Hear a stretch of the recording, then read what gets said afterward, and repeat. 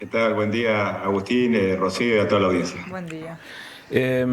No puedo no preguntarle cuál es la visión respecto de este momento tan tensionante desde el punto de vista político, ¿no? Paro nacional, el cuarto paro, la gestión Milei, discusión en Cámara de Diputados respecto del tema modificación de la norma laboral en la Argentina, los alcances de la medida. Eh, Tenemos que arrancar por el principio. ¿Cuál es la mirada que se tiene desde lo político y desde lo institucional respecto de este momento, Pablo?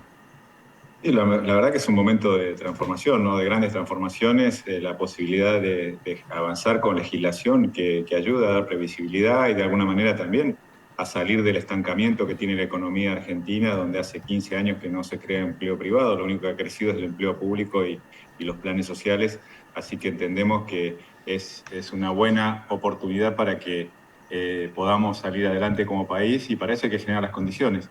Y como todo cambio de estas discusiones, transformaciones, llevan también resistencias y de alguna manera también intereses políticos que juegan, porque si realmente a la Argentina se puede encaminar la economía y nos va bien, hay muchos que ven ese un riesgo de no poder volver, ¿no? Sobre todo otros actores políticos. Ujú. Ujú.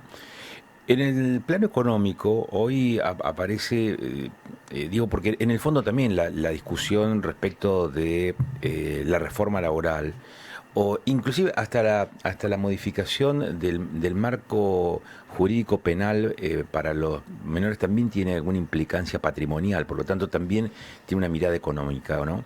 Y hay cuestiones económicas que están fuertemente en danza hoy por hoy, como es el acuerdo entre el Mercosur y la Unión Europea.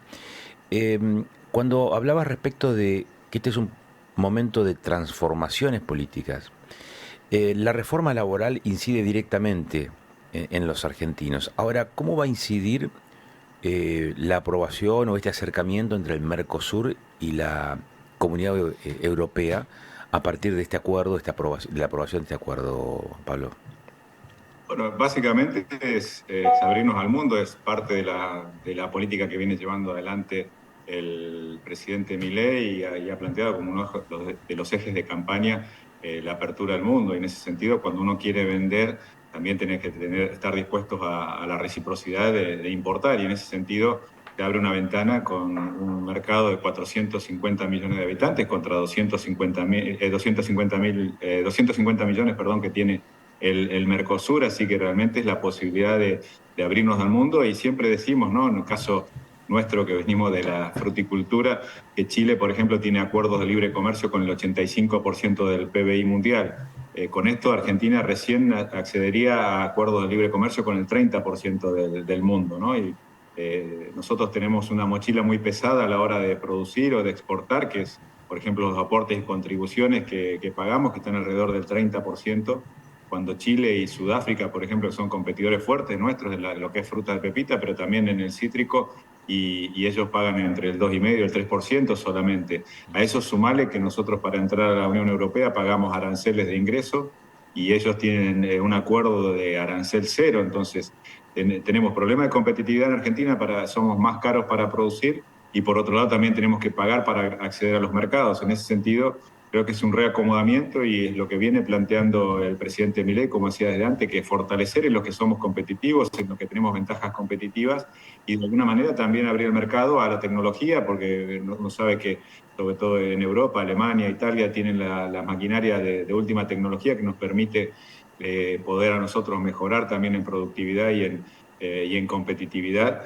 Y en ese sentido creo que va a ser un intercambio muy beneficioso porque además contempla las asimetrías o los problemas que tiene la industria argentina para acomodarse y eso, por ejemplo, en lo que son autos a combustión, contempla 15 años el proceso de adaptación, 18 años para lo que son autos eléctricos y hasta 30 años para lo que son nuevas tecnologías, contemplando que en América Latina o en el Mercosur cuesta más acceder a la tecnología o a ciertas cuestiones, ¿no? Yo lo entiendo esto, porque a ver, lo que se discute con la reforma laboral son mejores condiciones para la generación de empleo y algún tipo de prerrogativa también para el sector generador, digamos, de puestos de trabajo. La apertura a otros mercados implica que con los consumidores puedan tener acceso a productos a mejores precios. Eso yo lo entiendo. Ahora, ¿cómo se persuade también a aquel sector de la población que ve con preocupación que mientras ocurren estas cosas, vos tenés una empresa como FATE que cierra sus puertas? Bueno, FATE no es de ahora que tiene problemas y en este sentido también hay una cuestión de que en el mundo se producen en pocos lugares ciertos productos, hay una cuestión de escala, de tecnificación que también hace que uno quede afuera. Y también vivimos en el agro argentino, por ejemplo, durante muchos años la imposibilidad de importar, ni siquiera era que la tuvieras que pagar más caro, no podíamos importar cubiertas radiales que son las que pueden transmitir la potencia al suelo y teníamos que obligados a poner estas cubiertas nacionales que, para que te des una idea, un tractor de tracción simple con cubiertas radiales tira lo mismo que un tractor de doble tracción con las cubiertas comunes, ¿no?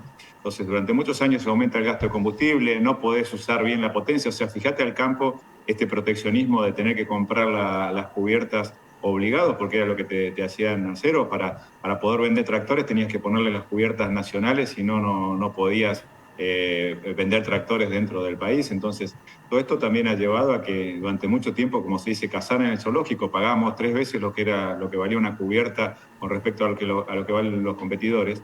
Y una cubierta que parece un detalle, pero es lo que mueve el transporte, lo que mueve, como digo, el agro. Y en ese sentido, para proteger una industria que no es competitiva a nivel mundial, se hacía en función de aranceles o directamente de prohibir la importación, ¿no? Y en ese sentido, creo que si queremos trabajar en esto que decía antes, en competitividad, en poder realmente insertarnos al mundo, hay cuestiones que se fabrican en 4 o 5 lugares del mundo y habrá que ver y definir en este sentido cómo se hace.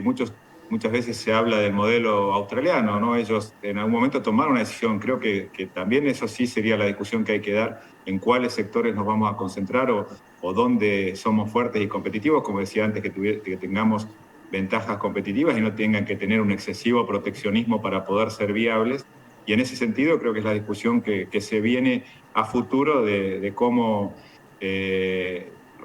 posicionarse o qué actividades son en las que somos competitivos y en las que somos viables. Ujú. Senador, le voy a consultar con respecto a cómo se está viviendo desde senadores, ¿no? Supongo un microclima con respecto a la decisión del oficialismo de eliminar el artículo 44 de la reforma laboral.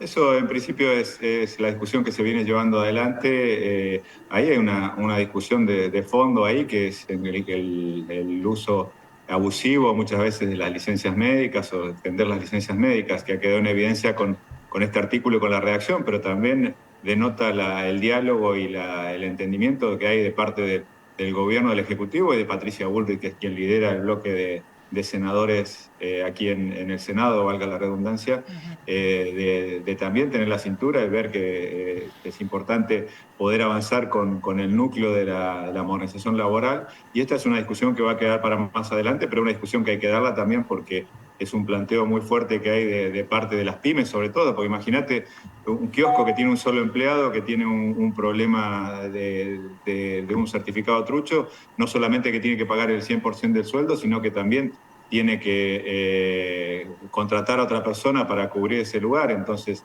hay mecanismos, se están estudiando también en otros países, otro tipo de mecanismos que puedan, por supuesto que aquel que tiene un problema real, darle una cobertura, pero también trabajar en los certificados médicos electrónicos, en algunas cuestiones que eviten este excesivo costo que tiene o abuso que hay muchas veces de este tipo de licencias por parte de algunos, ¿no? ¿No descartan entonces seguir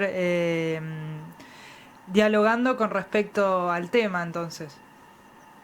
Entiendo que el tema es un tema que quedó instalado y hay que encontrarle la salida, ¿no? Ahora, como digo, ahí hubo cintura y en este sentido se quitó en diputados en el dictamen para que pudiera avanzar el proyecto, pero que es un tema que está instalado, que hay que encontrarle la vuelta, porque es un alto costo, sobre todo para las pymes, como te decía, ¿no? Quizá una empresa más grande, entre 1.000 empleados, que sea uno, no es tanto, pero para aquel el que tiene un taller, el cuentapropista, o que tiene un empleado y ese empleado tiene este tipo de dolencia, también más allá de eso, el tema de las enfermedades largas y esto de buscarle una salida, creo que es un tema que ahora se ha instalado y que va a haber que tratarlo seguramente.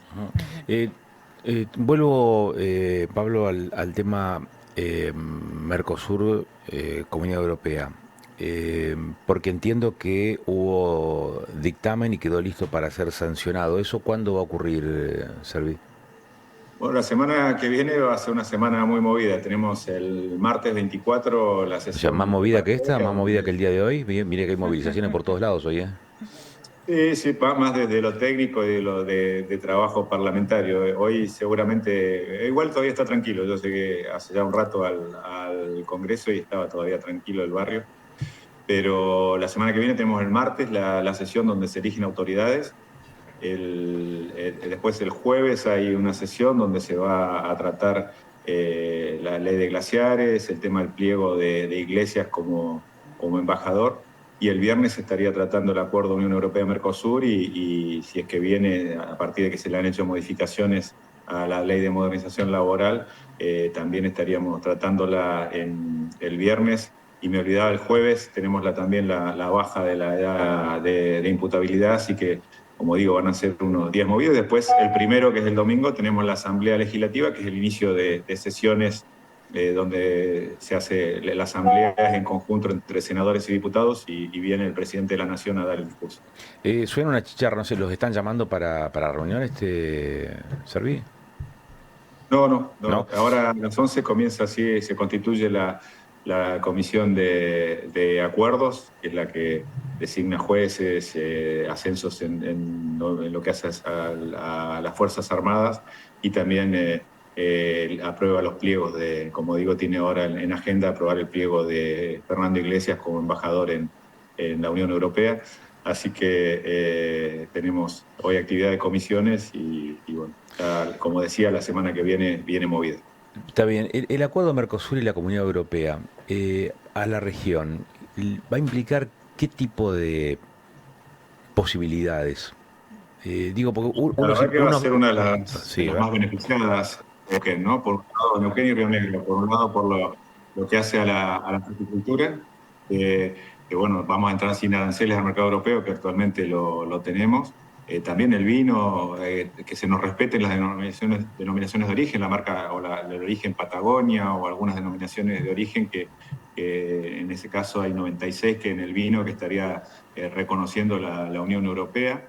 Pero por otro lado, también, y se decía ayer, Argentina, y a partir de la guerra rusa-ucrania, que Europa ha dejado de tener un proveedor como Rusia para el gas y para la energía, Argentina pues, es un gran proveedor de elementos para la transición energética. Por un lado el gas, que ya hay dos convenios firmados importantes, uno con Alemania ya de venta, off-taker que se llama, ¿no? Ya lo importante es tener vendido el gas antes de hacer la obra, inclusive la planta de licuefacción, y también el acuerdo que está con Eni, con la empresa italiana, que ya están firmes como compradores a partir del año 2028.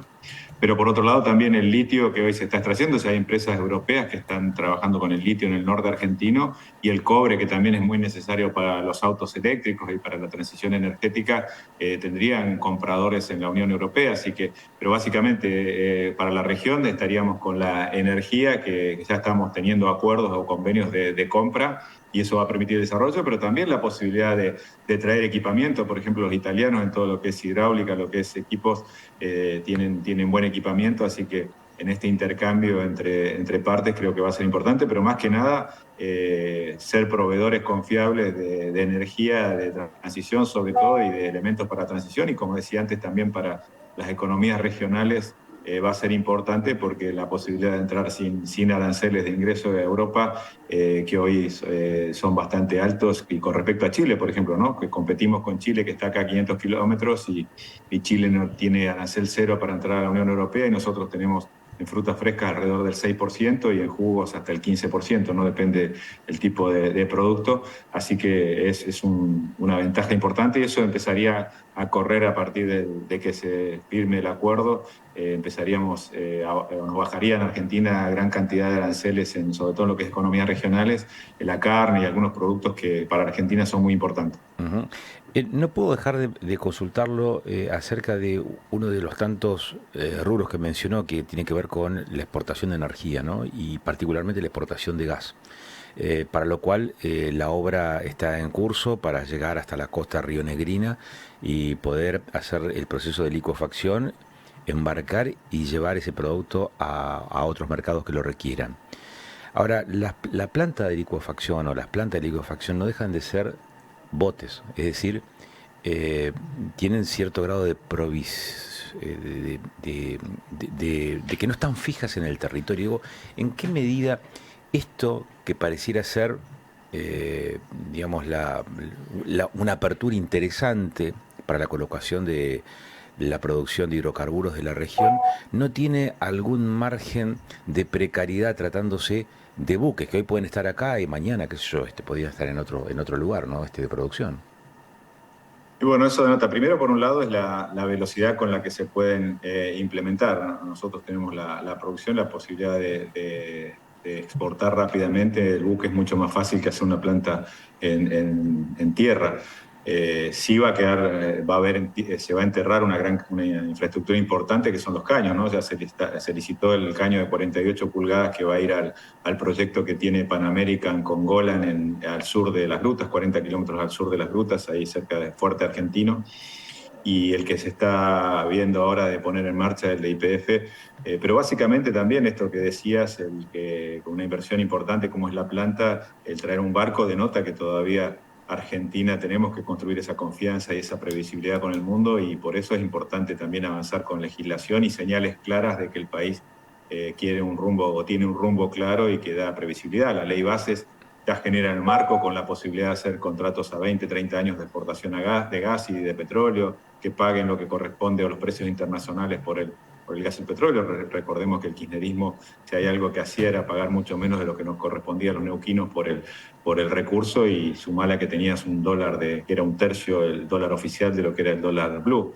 Entonces, todo esto que se ha generado ya con el marco de la ley bases, el RIGI, que ahora se extendió por un año más y se permite usarlo en el upstream, o sea, en la parte de perforación y fractura, no de todos los proyectos, sino que los nuevos proyectos o que incorporen producción adicional, también teniendo en cuenta que los números del gas son finos. Hoy el gas tenemos que generar una competitividad y tener muy afinados los costos porque hay una competencia muy fuerte que es la de Estados Unidos, que tiene mucho gas asociado al petróleo y tiene un costo, entonces tenemos que ser competitivos, ¿no?